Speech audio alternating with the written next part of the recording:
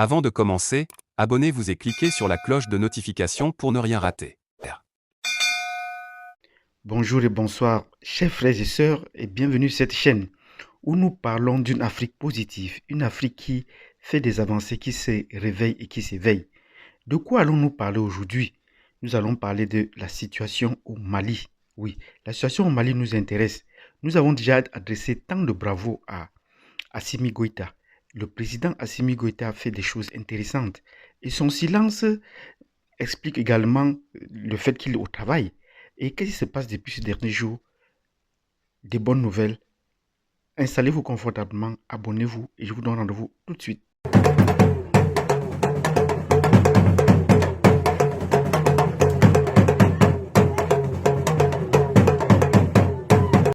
Bienvenue sur cette chaîne où nous allons parler d'une Afrique positive et du cas du Mali aujourd'hui. Quelle est l'actualité qui se passe au Mali ces derniers jours? Euh, Avec l'arrivée d'Assimi Goïta comme président de la République du Mali, il a donné une certaine assise internationale au Mali. Le conflit malien s'est internationalisé sous son contrôle et il pose des gestes intéressants. Son aura a dépassé le cadre du Mali, de l'Afrique de l'Ouest, de l'Afrique même, a atteint le niveau mondial.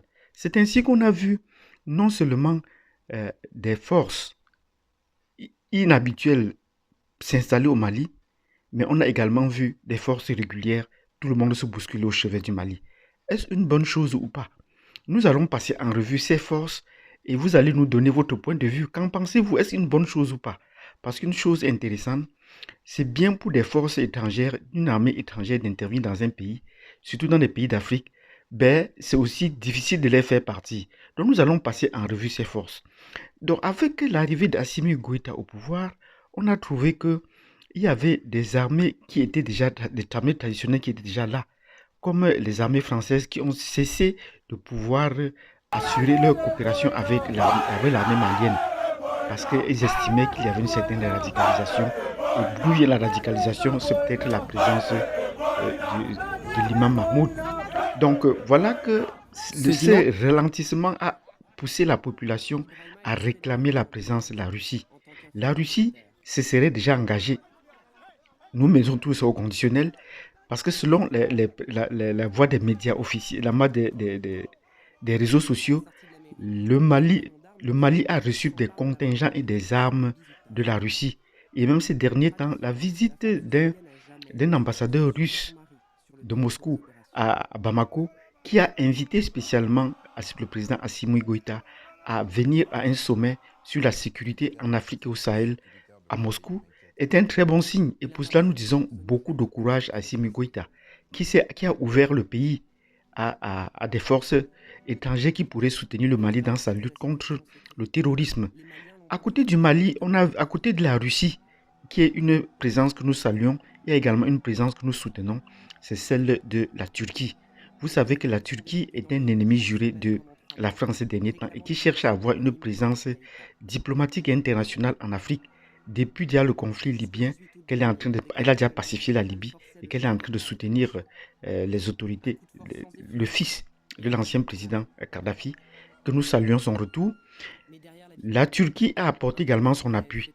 Mais à côté également de la Turquie, on a vu des pays un peu inhabituels qui interviennent très peu dans les conflits en Afrique.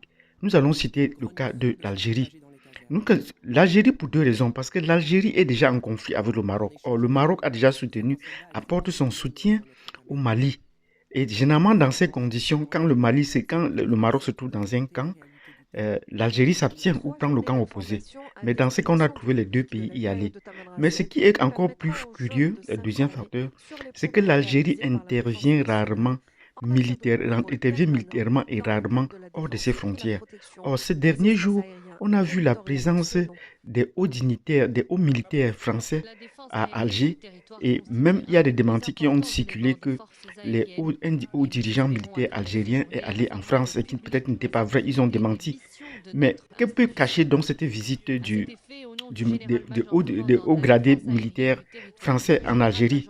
Mais on a vu également au niveau interne de l'Algérie bannir les médias français pour des raisons électoralistes qui faisaient de la propagande. Également, le Parlement algérien a essayer de baliser le chemin au niveau de ses lois, de son arsenal juridique, pour essayer de permettre à son armée d'intervenir hors de ses frontières, parce qu'elle estime qu'elle ne peut pas continuer à défendre ses frontières en restant à l'intérieur.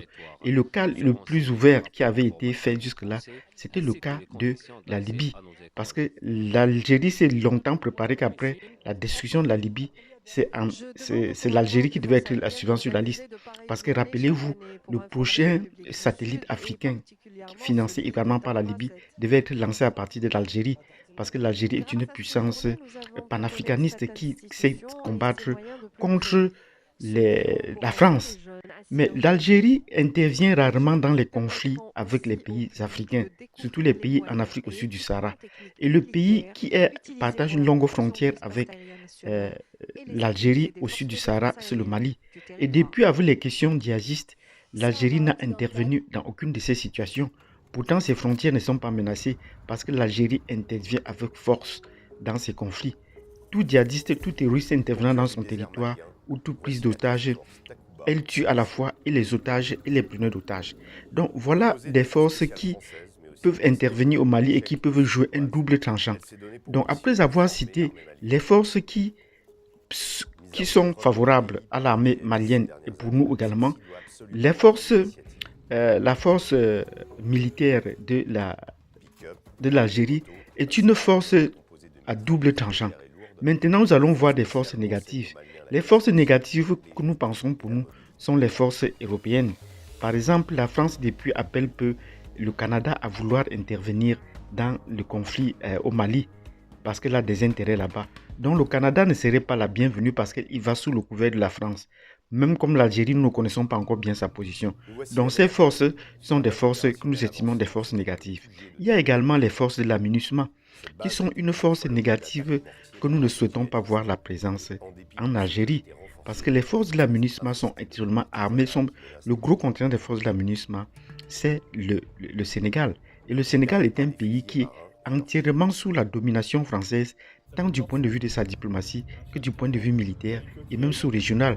La preuve en est, le Sénégal est un pays largement musulman et est un pays sahélien. Mais malheureusement, la France ne veut pas qu'elle fasse partie du G5 Sahel. Et c'est une question que nous avons déjà posée. Donc, pour cette émission, donnez-nous votre point de vue.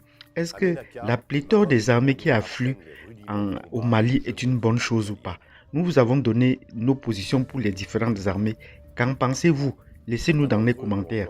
Et pour cela, abonnez-vous, cliquez sur la cloche de notification et surtout, n'oubliez pas de partager cette vidéo afin qu'on puisse se réveiller ensemble, se réveiller en majorité et s'éveiller tous ensemble pour une Afrique positive, pour une Afrique meilleure.